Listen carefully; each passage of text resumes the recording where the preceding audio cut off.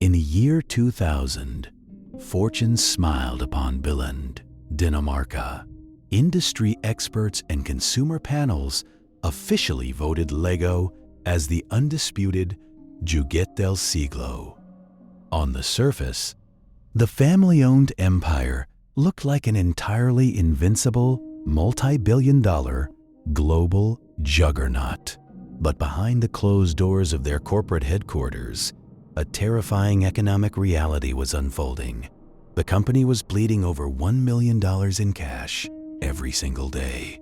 By 2003, they accumulated a staggering $800 million in debt. The banks were preparing to permanently freeze their credit accounts within exactly 72 hours. The world's most beloved toy manufacturer was just 3 days away from complete, sudden death. Most corporate collapses occur because a brand refuses to modernize.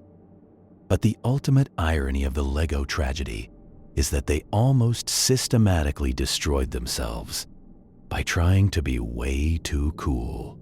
In a frantic attempt to escape their traditional identity, executive leadership launched a hyper-aggressive campaign to copy Disney. They fired their master builders, built massive money-losing theme parks, and flooded retail shelves with branded clothing lines, action figures, and video games that consumers absolutely ignored. They became so hopelessly bloated that the company literally had no idea how much it cost to manufacture its own core products. To find the true origins of this multi-million-dollar crisis, we have to travel back to the late 1990s. The global tech revolution was exploding, and personal computers and video game consoles were rapidly invading living rooms across the earth.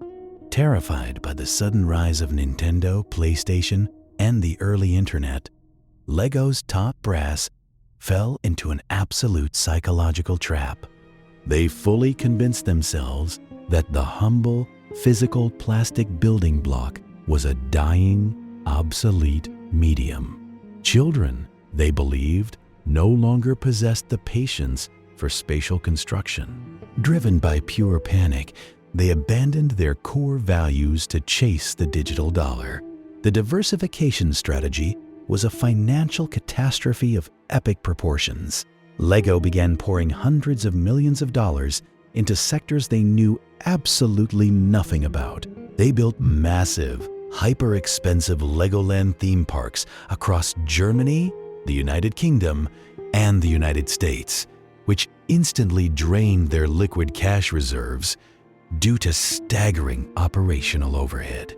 They launched television shows and designed strange, uncharacteristic action figures like Galador, which featured zero actual building blocks. They were trying to build a global media empire, but they were alienating the core audience that built their brand. While the marketing teams were busy losing millions in Hollywood, a silent, deadly parasite was actively destroying their internal manufacturing supply chain. In a desperate bid to appear modern, Lego allowed its newly hired designers to invent completely unique parts and custom colors for every single new set they imagined. Within a matter of years, the total number of distinct plastic pieces in Lego's inventory catalog violently exploded from 6,000 to an unmanageable 12,000. This created an absolute logistical nightmare inside their Danish factories, sending tooling costs through the roof. The operational disconnect inside the company reached a point of absolute madness. Because the design department never consulted with the financial accountants, the manufacturing team was forced to build incredibly expensive, hyper-customized steel injection molds for parts that were only utilized in a single low-volume toy set. Lego executives eventually made a horrifying internal discovery. They were actually selling some of their most popular, high-profile licensed sets, including the earliest iterations of Star Wars and Harry Potter. At an absolute financial loss, the more toys they sold, the closer they marched to total bankruptcy. In October 2004, With the corporate ship rapidly filling with water, the family owners made a final, desperate gamble. They bypassed traditional toy executives and handed the absolute reins of power to a low-profile, 35-year-old ex-McKinsey consultant named Jørgen Vig Knudstorp. Knudstorp was a cold, rational strategist who didn't care about creative nostalgia. He cared about raw data. He took a single, deep look at the company's bleeding balance sheets and immediately realized a terrifying truth. Lego didn't have months or weeks to pivot. They were running completely out of liquid cash to pay their basic electrical bills.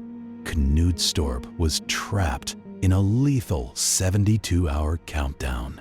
The international banking consortium that held Lego's massive lines of credit was panicking, ready to pull the plug and force the company into a historic, devastating liquidation sale. In a high-stakes, nerve-wracking weekend meeting, Knudstorp stood directly before the board of directors and the founding Christiansen family. He delivered a brutal, unyielding ultimatum. The company had to immediately undergo a radical, ruthless, corporate amputation. They had to aggressively destroy their future plans to save their past. The board blinked, realized they had exactly 0 alternatives, and signed the decree. Knudstorp's survival plan was executed with military precision. He immediately sold off a 70% controlling stake in their legendary Legoland theme parks to a private equity firm, instantly injecting hundreds of millions of dollars of emergency cash directly back into their empty bank accounts. He completely shut down the money-losing clothing and media divisions, fired thousands of bloated middle management coordinators, and effectively stabilized the immediate cash hemorrhage just hours before the banks could freeze the company. But the external financial stabilization was only half the battle. Knudstorp walked directly onto the factory floors and launched a brutal war against design complexity. He ordered the manufacturing teams to immediately slash their massive 12,000-piece component catalog completely in half, forcing it back down to 6,000 parts. He established a strict, unyielding operational rule for the design department.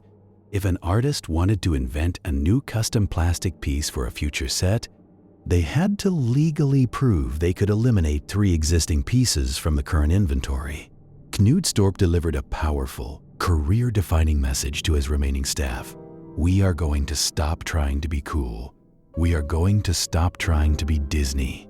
We are going back to the brick. He forced the entire creative department to return to the humiled, geometric perfection of the classic 2x4 plastic brick that Ole Kirk Christiansen had invented decades earlier. Every future toy line had to rely on the modular power of the basic building system. They stopped manufacturing expensive, specialized, single-use parts and returned completely to the core engine of user imagination. With the manufacturing costs completely optimized, Lego executed a brilliant psychological marketing shift. They stopped viewing adults as weird collectors and officially recognized them as an ultra-lucrative, high-margin consumer segment. They embraced the AFOL community, adult fans of Lego. They began engineering hyper-complex, highly expensive architectural and mechanical sets explicitly designed for adults looking to escape the daily stress of their corporate jobs. Sets like the massive Star Wars Ultimate Collector Series or replica supercars were marketed as premium, elite lifestyle display pieces, carrying astronomical profit margins. Instead of wasting money building their own subpar animation networks, Lego signed smart, lucrative partnerships with Hollywood. They allowed Warner Brothers to create the Lego Movie in 2014. The film was an absolute global box office triumph, generating nearly $500 million. But the true genius of the movie was that it served as a 90-minute high-energy commercial for their core philosophy. It explicitly celebrated the classic, creative builder over the rigid, pre-molded corporate instructions. The brand had successfully transformed itself into a pop culture juggernaut.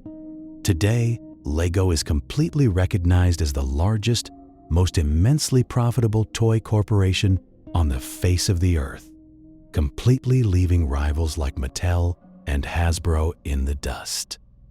Their modern revenues are staggering, and their brand equity is completely ironclad. They achieved this historic turnaround not by chasing the unpredictable trends of the digital tech future, but by possessing the absolute courage to simplify their operations, respect their history, and look directly back at the single structural block that gave them their name. The epic salvation of LEGO remains the single most famous corporate turnaround case study taught in business schools across the globe. It perfectly illustrates the terrifying paradox of complexity. As a business grows successful, its natural corporate instinct is to continually add layers, diversify into foreign markets, and over-engineer its product line.